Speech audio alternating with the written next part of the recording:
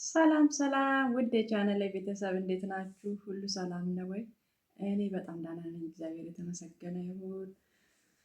በሌላኛው ቪዲዮ ተገናኝተናል እና ውድ ቤተሰብ እንዴት ናችሁ? በዓል እንዴት ነው? እንኳን አደረሳችሁ ለአዲስ ዓመት ለ2018 እንኳን አብሮ አደረሰን።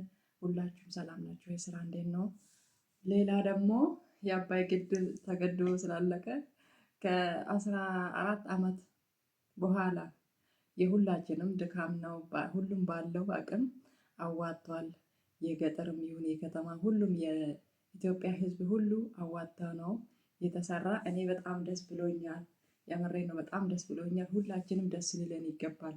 ምንም በእርግጠኝነት ይጠቅመናል፣ ግን ምንም ባይጠቅመን እንኳን የሀገር ጉዳይ ነው። እንደዚህ አይነት ነገር ያስደስታል። ሀገራችን ከፍ ስትል ደስ ይለናል። ሁላችንም ለስደት ያበቃል የሀገራችንን የኑሮ ሁኔታ ስለሆነ እግዚአብሔር አምላክ ካለ ይህ ነገር ለሁላችንም ጥሩ ነገር ሊሆንልን ስለሚችል ደስ ሊለን ይገባል። እኔ በጣም ደስ ብሎኛል። እንኳንም የለፋንበት ነገር ዋጋ አይቶ ስላየነው በጣም ደስ ይላል። እግዚአብሔር አምላክ ዋጋ የማይሰጥ ነገር ላይ እድሜያችንን አይጨርስ። የምሬን ነው። ምንም የማይጠቅም ነገር ላይ ጊዜ ማሳለፍ እንደሚጎዳ ነገር የለም።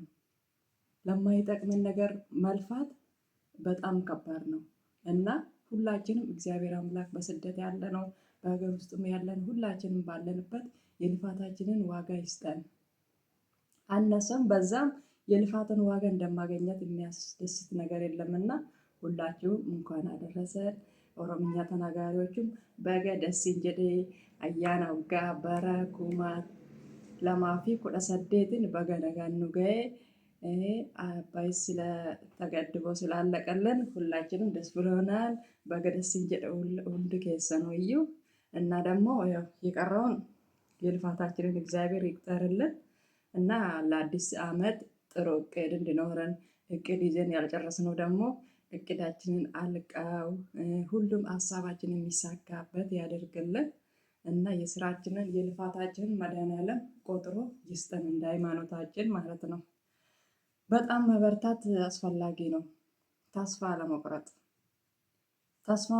እንደ ተስፋ መቁረጥ የሰው ልጅን የሚገል ነገር የለም። ሰው ተስፋ ከሌለው መኖር አይችልም። የሚያኖረን ተስፋ ነው። የሚያኖረን ህልማችን ነው። እኛ እናለማለን፣ እናቅዳለን። የሚያሳካ ደግሞ እግዚአብሔር ነው። ደግሞ እንደሚያሳካ እንደሚሆን እርግጠኛ መሆን አለብን። አንዲት ነገር ስንጀምር እንደሚሆን ማሰብ ነው ያለብን። ለምን? ፈጣሪ አለ ሁሉንም የሚያሳካ ማለት ነው። እሱ ሁሉንም ያሳካልናል።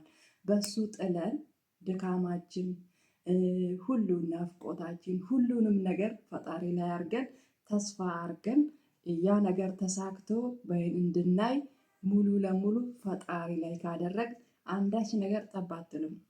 ሁላችንም የልፋታችንን ዋጋ እናገኛለን እና ለሁሉም ለሰው ልጅ ዋና ነገር ተስፋ ነው። ባላችሁበት ሁላችንም እግዚአብሔር አምላክ ሰላም ያርገን፣ ሀገራችንም ሰላም ያርግልን። የምንሰራውን የምናስበውን ሁሉ ያሳካልን መድኃኒዓለም እና በርቱ። የማዳም ቅመሞች በርቱ። አዲስ ዓመት በመጣ ቁጥር ራሳችንን ማሳደስ አለብን። የወደቅነው ለመነሳት ማቀድ። ወድቆ የሚቀር ሰው የለም። እቅድ ካለ ተስፋ ካለ ማንም ሰው ወድቆ አይቀርም። መውደቅ ያለ ነው፣ ግን እዛው መቀር ነው መሞት። የቁም መሞት በወደቅንበት እዛው መቀር ነው መቅራት እና ሁላችንም መበርታት አለብን።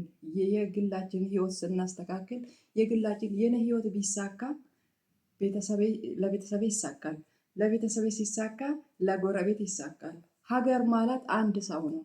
አንድ ሰው ጠንካራ ከሆነ አንድ ሰው ጥሩ ኑሮ ከኖረ ይባዛል፣ እንደዛው ማለት ነው። የአንድ ሰው ውድቀት ለሀገር ዋጋ አለው እና ሁላችንም በተሰማራንበት ስራ ላይ በታማኝነት ሰርተን ገንዘባችንን በስርዓቱ መያዝ። በተለይ የማዳም ቅሞች እንደ ስራችን ቢሆን ማለት ነው፣ እንደ ስራችን ቢሆን የት በደረስ።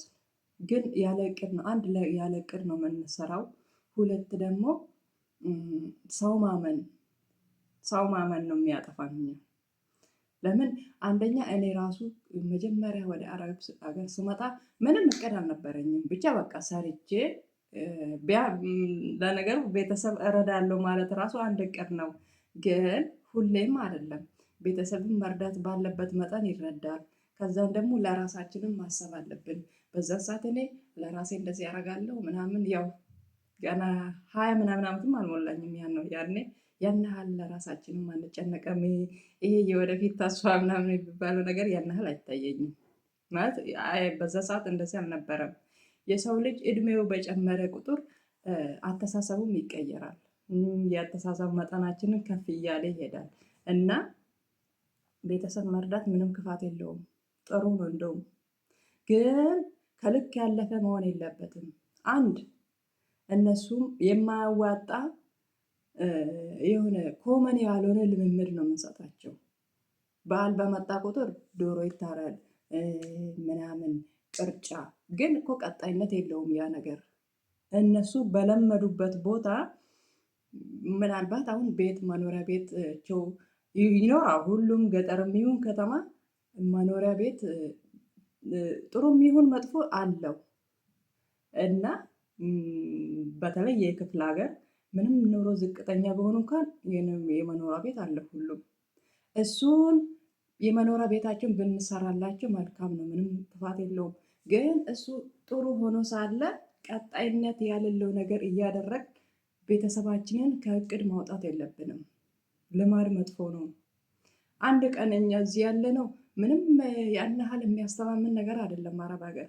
አንድ ቀን የሆነ ነገር እግዚአብሔር አይልና የሆነ ነገር ጠፍቶ ልንሳፈር እንችላለን እኮ። ይሄ ምንም ማስተማመኛ የለንም እዚህ እና አንድ ራሳችንን ሳንቆም ሌላ ሰው ማገዝ አንችልም።